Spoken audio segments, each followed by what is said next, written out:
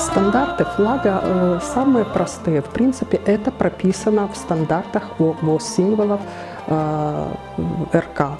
То есть флаг должен быть обязательно прямоугольного, он должен быть прямоугольный, стандарт 1:2 и иметь цвет голубого цвета. Если это флаг уличный, то есть смотрите, давайте обсудим, флаги могут быть уличные и флаги могут быть для помещений. Для улицы они идут точно так же двусторонние, обязательно должны быть двусторонние, и цвет должен быть идентичен с одной и со второй стороны. Для помещения точно так же идет двусторонний, но здесь используются другие совершенно материалы. Я думаю, что мы с вами сегодня посмотрим материалы, которые мы используем при изготовлении флагов. Возьмем флаг уличный, то есть то, что часто заказывают и меняется очень часто. Это флажная сетка. Флажная сетка, стандарты его 1:2. В принципе, здесь никаких проблем нет. Давайте так, начнем с материалов. То есть для улицы мы рекомендуем и, в принципе, зачастую используем флажную сетку. Флажная сетка, она хорошо продувает воздух, она легкая и, в принципе, с ней никаких проблем нет. Но единственное, сами понимаем, что шквальные ветры, естественно, мы ничего не можем с этим поделать. Внутри помещения у нас идет атлас, габардин и тафта. Как стирается? Обычная стирка, 30 градусов, спокойно гладится. Если это флаг печатный, это ориентировочно где-то от 40 до, максимум возьмем где-то 1,5 часа, вот так вот, 1,5 часа. Если это флаг вышивной, а мы делаем и занимаемся и вышивкой флагов, это, конечно, намного дольше, это трудоемкий труд, где-то ориентировочно 7-10 дней. Компания работает уже на рынке порядка 16 лет.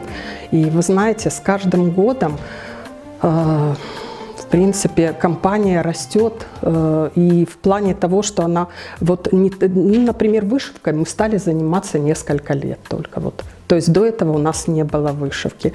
И когда мы изготовили первый флаг, вы знаете, для нас это было действительно, это такая гордость была. Мы не ожидали.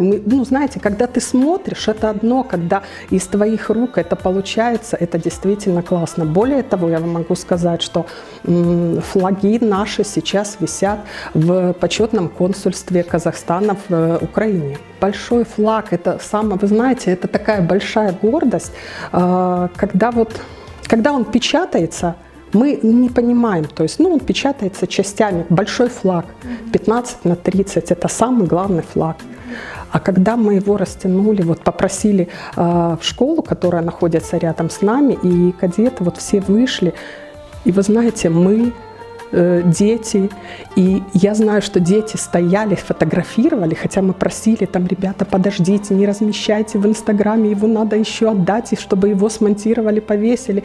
Но они вроде бы пообещали, надеюсь, что так и было, но это было видно, вы знаете, я смотрела на лица детей, это реально было настолько гордость такая у детей, потому что они были причастны к этому. То есть это круто, когда действительно детям это внушается с детства. То есть они не то, что где-то увидели, они действительно были сопричастны к этому. Не просто был праздник, он прошел, они были частичкой этого праздника.